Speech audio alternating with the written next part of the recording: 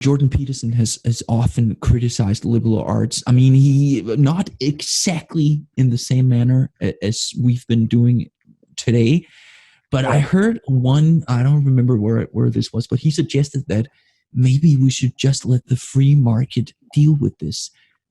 So here's my initial thoughts on this. No, I don't want to bias you. Actually, what do you think about that? Well, I don't know that there's an alternative once, if I'm correct, and I will see soon enough. My prediction is not 5 or 10 years; it's in 1 or 2. If these third or fourth tier schools start falling, and we've already seen some of the for-profit schools, big for-profit schools fall. If these schools fall, what's going to replace them? I think that there's sufficient erosion of trust in our institutions. The philosopher Jürgen Habermas calls it a legitimation crisis. There's a crisis of legitimacy in our institutions, and there's a very, very good reason for that. Beside the lunatic in the White House, and I will not name this lunatic, and his his fellow henchmen lunatics in office, we have lunatics in the academy. So the confidence in our public institutions is undermined by multiple threats, multiple competing ideologies and overlapping ideologies. And right now we're looking at grievance studies departments having almost single-handedly undermined the legitimacy of the institutions, not necessarily because of their scholarship, although that was certainly contributory, but because of the fact that they managed to institutionalize their deranged worldview. Right. Yeah. And launder it too. Yes. They've laundered. So when you ask them, well, how do you know? How do we know we should institutionalize this? Well, they point to an article by someone who's totally deranged. Right. You shouldn't give this. This is not legitimate knowledge. It has not undergone, and not that everything that has undergone the scientific process is necessarily legitimate. You have, I think I mentioned string theory, like you can. Or you can, poetic dance or any of that stuff. But poetic dance does not claim to be knowledge. Right. Even string theory says if the universe is, this is a possible explanatory model for the universe, and we know that by its predictive capacity. Right. Now, what that is, I have no idea. I'm not a particle physicist, but they're playing by the rules of science. Sure. These people are pretending. They are pretending to know things they do not know. And that's why you call it a religion.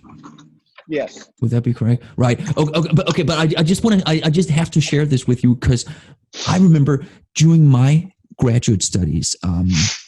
So I have 2 master's degrees. But the first one, I was long story short, I just noticed some fun stuff starting to happen at University of Copenhagen, and one of those things was it started being run as a business, and that meant that.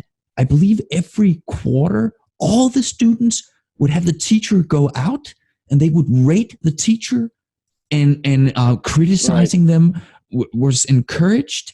And I remember there was this poor teacher. She was really professional and good, like very scientific minded. And someone asked her, can you just email us the slides from the presentations? And she answered it. No, I'm not doing that. And there's actually a reason I don't do that. There's some research showing that that's not helpful. It's detrimental to learning, blah, blah, blah. And they kept complaining about it. Eventually, they had her almost like bullied into doing it. And her job security threatened. But it was this constant, it was actually, in a sense, the free market. It had been pulled out of a context where the university was just sponsored. The state would just give it a bunch of money, a bag of money each year. But now it was being run like a business. And from my vantage point, it looks as if it was the very fact that happened that started going south. Yeah, so that's a really interesting question. And in my ideal world, if I waved a wand, institutions would be able to police themselves. I mean, look what they did to me for whistleblowing on grievance studies. They lost their minds. So they're incapable of, their judgments just cannot be trusted because they're explicitly activist in their orientation. So the question is then, how do we engage, or what's the corrective mechanism? So how do we do that? Well, there is no way to do that. There is no way to do that because they don't want you it's called penetration testing, and if you're trying to sneak a bomb through an airport, that whatever those detectors are called, Right. and if you do that successfully and you tell people about it, I can almost guarantee you that they would thank you. Would some people lose face? Yeah, but they should be able to defend. They should have to defend how it is that the system wasn't fixed, so we can get to those issues, right? Right. But these folks have an agenda, and there's absolutely nothing. Their beliefs are not defeasible. They're not revisable. So Right. we will reap.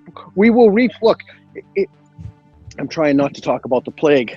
We will reap what we sow. So the university administrators should not be surprised at the coming economic crisis. Not economic crisis broadly, but the current crisis, financial crisis to universities. Please don't be surprised. You caused this.